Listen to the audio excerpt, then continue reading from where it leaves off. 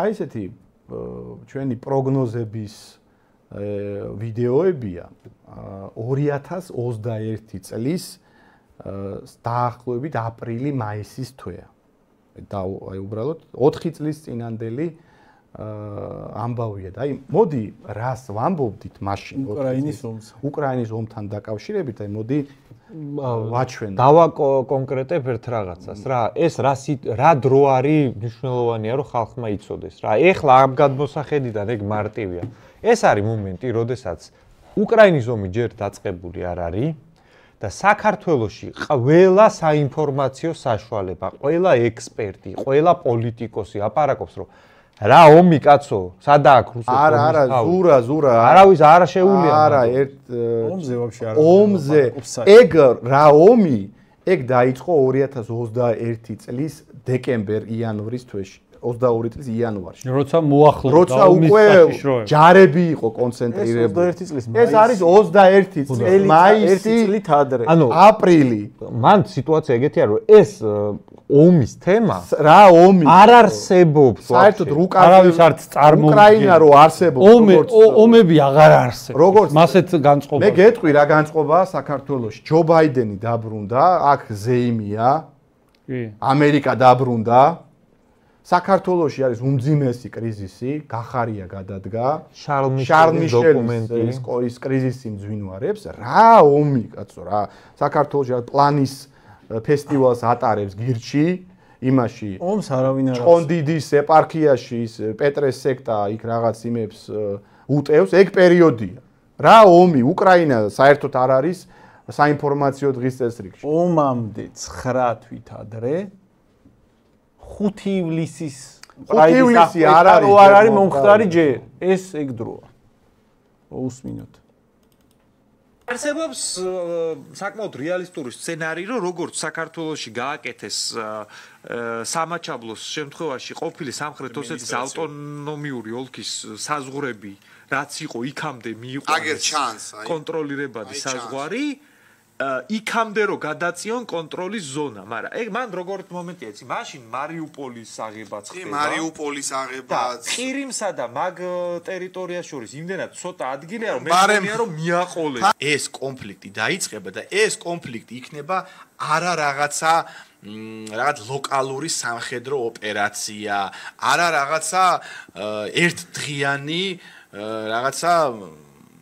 მცირე მასშტაბის შეტაკება. არა, ეს იქნება რეგულარული არმიების სიმეტრიული საბრძოლო მოქმედებები, სადაც რუსეთი გამოიყენებს ყველა მის ხელში არსებულ საბრძოლო ერთეულებს. გარდა, რა თქმა უნდა, თერმობირთვული იარაღისა. ეს არის ტაქტიკური რაკეტები, ეს არის მსხვილი კალიბრის არტილერია, ეს არის საავიაციო ბომბები, სატანკო არმიები. ანუ ეს იმას ნიშნავს, რომ დესანტი ზღვიდან ისკანდერები, რასაც ქვია, ტაქტიკური რაკეტები. აი მაგეებით დაიწყებენ უკრაინის სამხედრო პოტენციალის განადგურებას. მერე მოტომსროლელი ჯავშან ტექნიკებით რეგულარული არმია შევა უკრაინის ველებში. უკრაინაში რაც მოხდება, ეგ თუ მოხდა, ეხლა ომი თუ დაიწყო, ეგ სავარაუდოდ შეცვლის, ეგ იქნება ერთ-ერთი მორიგი უზარმაზარი ეფექტის მქონე მოვლენა ზოგადად გლობალიზმის ზღვაში. ანუ ეგ შეცვლის ერთი იმას, რამდენად შეუძლია საერთოდ დასავლეთს აქ ვინმეს დაცვა, იმიტომ რომ ვერ შეძლებს. მეორე იმას, რამხელა საფრთხე რუსეთის მხრიდან ამის გაცნობიერების ეფექტს გაზდის. და პირდაპირ დადგება საკითხის მესამე პირდაპირ გაჩნდება იქ ევროპაში ძალები რომლებიც დაიწყებენ იმის ლაპარაკს რომ ახლა უკრაინელების გულისთვის საერთოდ რო არ გვაინტერესებს ეგ ხალხი ჩვენ რატო უნდა დავაყენოთ ჩვენი ინტერესები საფრთხის ქვეშ და აი ეს კომპლექსურად ეს ფაქტორები სრულიად შეცვლის წარმოდგენებს რეგიონში წარმოდგენებს იმაზე როგორი სტრატეგია უნდა აწარმოოს საკუთარი საგარეო პოლიტიკის მცირე ქვეყნებმა, იმიტომ რომ დასავლეთი ვერ გიცავს, მაგას დაინახავს ხალხი. საფრთხე იმისა, რომ რუსეთთან რაღაცა პროვოკაციული ქმედებები რო აწარმოოს, შემოგივარდეს და ძალიან უხეშად დაგსაჯოს არის კოლოსალური და ალბათობა იმისა, რომ პირდაპირ ეს დემონსტრაციულად ფეხებზე დაგიკიდონ, მე მაგ ყველაფრის შემდეგ დასავლეთმა.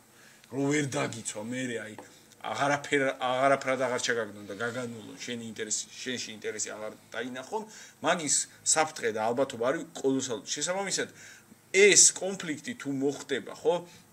პრინციპში რეგიონში შეცვლის წარმოადგენს იმაზე, როგორი უნდა იყოს შენების გზა, სტრატეგია, ორიენტაცია, საგარეო და ასე შემდეგ. სხვა ხედვები გაჩნდება საზოგადოებაში. რომელი არ გამართლდა? რომელი არ გამართლდა კი არა. შეიძლება გამართლდეს ძალიან ასეთი ზოგადი პროგნოზები. კონკრეტული აი ქალაქების დასახლებებით მიმართულებები, რომელი მიმართულებების აღება მოხდება, კონკრეტული ფორმების შეტევები როგორ მოხდება, სამხედრო შეტევა როგორ განხორციელდება, კონკრეტული გეოპოლიტიკური და იდეოლოგიური ხედვების ცვლილებები, რომლებსაც ეს გამოიწვევს. აი ამ საფეხურების ჩამოყალიბება მაშინ ომის რეალურობის საფრთხეზე საუბარი უბრალოდ საფრთხეზე საუბარი კი არა, ამ ომის პროცესის და გეოპოლიტიკური ცვლილებების აღწერა ზუსტად. მაშინ როცა არავინ არ ლაპარაკობს ომზე საერთოდ. ანუ ომი რეალურია თუ არ არის რეალური, მასე კი არ ხდება განხილვა. ომი არც მოიხსენიება, წარმოუდგენია არავის. ეგ რავი, არაფერი არ არის.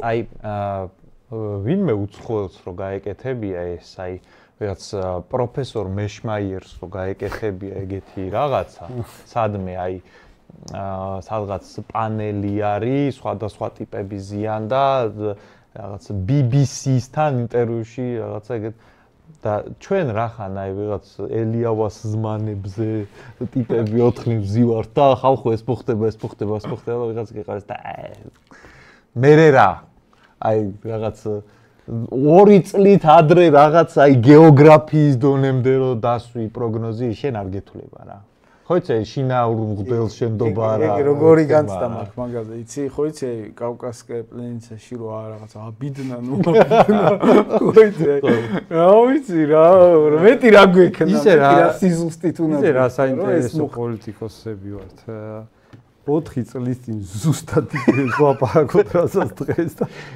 არა და თავრობა არის რანაირი იცი 2 კვირის წინ სხვა რაღაცას ამბობთ აი 2 კვირის წინ ტრამპთან იყო დავაგებული და ეხა უკვე ტრამპი deep state-ია რა. ჩო მე ყველაზე მეტად სინამდვილეს გული რაზე მწყდება იცი აი მართლა 5 წელზე მეტია მე მგონი უკვე ეთერში ვართ. და შეიძლება რაღაცა ნიუანსები შეგვეცვალა რაღაცაში. მაგრამ აი ძირითადი იდეოლოგიური შეხედულებები როგორ ვაფასებთ რაღაცებს, რას ვითხოვთ, არაფრისთვის არ გადაგვიხვევია რა.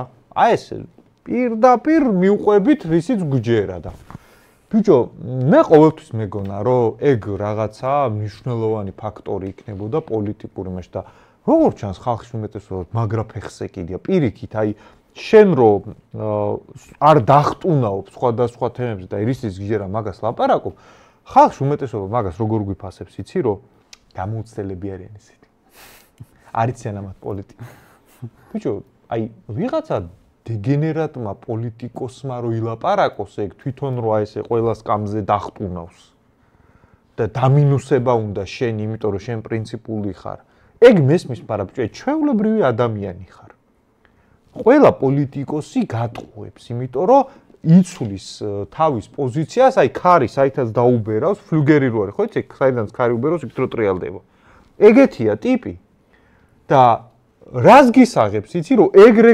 მოქცევა არის პოლიტიკოსობა და ჩვენ როგორც მივყვებით ეგ არ არის პოლიტიკოსობა გამოცდილება გვაკლია და ბიჭო არაფერი გამოცდილება არ უნდა ანუ ბოდიში მომითხოვია და ტრაკის თამაშს ვაფშე გამოცდილება არ უნდა ხალხო რა უნდა მაგას ეხა ხალხს ევროპა უნდა ევროპის დროშა deep state-ია ევროპის დედავატირე ტრამპთან ვაგდები ტრამპი ჯიგარ ტრამპა ჩვენზე ცუდი თქვა ტრამპი deep state-ია ეგეთების კეთებას რა უნდა კაცო თქვენ თუ გონიათ ეგ რაღაცა რთული ამოცანაა ვერ მოახერხებდით აქამდე მაგაზე მარტივი ვაფშე დედამიწის ზურგზე არაფერია. ან როგორ რაღაცა იცი, პოზიციის შეცვლა თუ ის რაღაც ობიექტურ ჭეშმარიტებას ეყრდნობა, საერთოდ არ არის, კაცო, პრობლემა. პოზიციას მე რას გულისხმობ, ხა შენ თუ იდეოლოგიურ პოსტულატს უღალატე და გუშინ მემარცხენე იყავი და დღეს მემარჯვენე ხარ, ნუ ეგ სხვა რაღაცაა, ეგ მაშინ გეშლებოდა, ესე იგი, ან ეხლა გეშლება. მაგრამ ნუ რაღაცა გარემოება შეიცვალა, ერთი გეგონა გუშინ და ნუ სხვა აღმოჩნდა, ნუ კიდე მესმის, მაგრამ ჩვენ არათუ გარემოება შევცვალეთ, ანუ ერთ-ერთი რაც 4 წლის წინ რასაც ვამბობთ, ეგ მოხდა. კი. ანუ რა გამოდის, რომ ჩვენი პროგნოზი, რომელიც გარკვეულწილად ცხადი ანალიტიკურ უნარჩვევებს და გარკვეულ ფაქტობრივ გარემოებებს ეყრდნობოდა, ჩვენ ჰაერიდან ხო არ ვამბობდით, რომ ზუსტად მარიუპოლს აიღებენ, თელ ზაპოროჟიეს აიღებენ, შევარდებიან მთელი სიმძლავრით, ბირთვული იარაღის გარდა ყველაფერს გამოიყენებენ. ანუ მიმართულებაც ზუსტად თქვით, რა ხერხებით გააკეთებდნენ ეგეც წინასწარ გამოვიცანით. მე ისიც თქვით, ეს რას გამოიწვევს დასავლეთში? ეგეც მოხდა, რომ ტრამპი მოვიდა დასავლეთში და იმედგაცრუება ამ ყველაფრის მიმართ და სერიოზული ანტილიბერალური განწყობები. ანუ ისიც თქვით საქართველოში რომ გამოიწვევს. საქართველოშიც რომ იმას გამოიწვევს, რომ თავრობა ეხლა საერთოდ სხვა დროს შეაუჭირავს ხელში. 2021 წელს